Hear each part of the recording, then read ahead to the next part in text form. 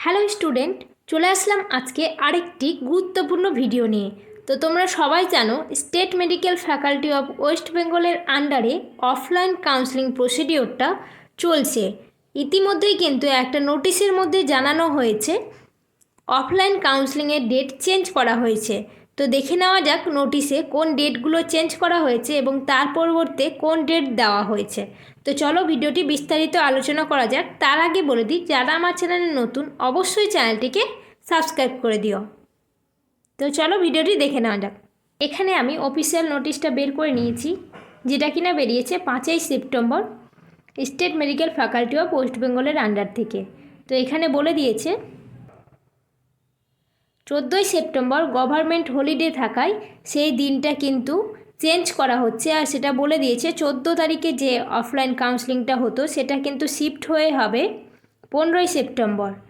আর 15ই September যেসব rank অনুযায়ী ডাকা হয়েছিল সেই সব ক্যান্ডিডেটদের কাউন্সেলিংটা হবে 18ই সেপ্টেম্বর। নিচে কম্বাইন্ড র্যাঙ্কগুলোও দিয়ে দিয়েছে। তোমরা সবাই জানো এখন কম্বাইন্ড র্যাঙ্কের কাউন্সেলিং চলছে, অফলাইন কাউন্সেলিং। তো এখানে বলে দিয়েছে 7,626 থেকে 8,925 14 তারিখের হওয়ার কথা ছিল, সেটা হবে 15ই সেপ্টেম্বর 2024। আর 8,926 থেকে 9,777 যাদের 15 তারিখ হওয়ার কথা ছিল তাদের হবে 18ই সেপ্টেম্বর। নিচের দিকে দেখো লিস্ট করেও দিয়ে দিয়েছে। এখানে বলেছে counselling date from 6 September to 13 September 2024 will remain unchanged. 6 তারিখ থেকে 13 তারিখ কোনো চেঞ্জ হচ্ছে না, যেভাবে ডাকা হয়েছে সেমভাবেই হবে। 14 তারিখ থেকে কিন্তু চেঞ্জ হচ্ছে। 14 তারিখটা চেঞ্জ হয়ে গেছে 15 তারিখ, 15 তারিখটা চেঞ্জ হয়ে গিয়েছে 18 তারিখ। তো তোমরা এখানে দেখতেই পাবে 15 তারিখ ডেকেছে সকাল 8:30টার সময় 7,626 থেকে 7,950 যাদের র্যাঙ্ক আছে তাদের।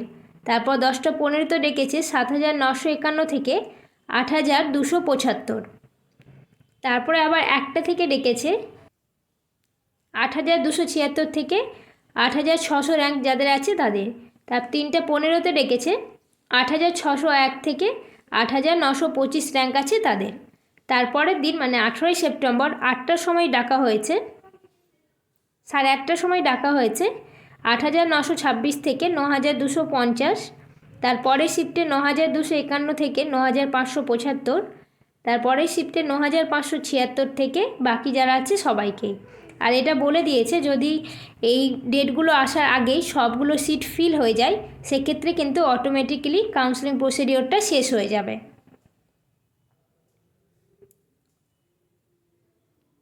তো চলো, তোমরা অনেকেই কমেন্টের মাধ্যমে জিজ্ঞেস করছিলে, ওই জন্য ভিডিওটা বানিয়ে দেওয়া। তো তোমরা বুঝতে পেরে গেলে তোমাদের 2 দিন কিন্তু চেঞ্জ হয়েছে কাউন্সেলিং প্রসেসটা। আর কেন চেঞ্জ হয়েছে সেটাও এখানে বলে দিয়েছে। তো চলো, আজকের ভিডিও এরকম প্যারামেডিক্যাল নিয়ে সমস্ত খুঁটিনাটি ভিডিও পেতে আমার চ্যানেলটিকে সাবস্ক্রাইব করে দিও এবং পাশে থাকা বেল আইকনটি প্রেস করে দিও। Thank you.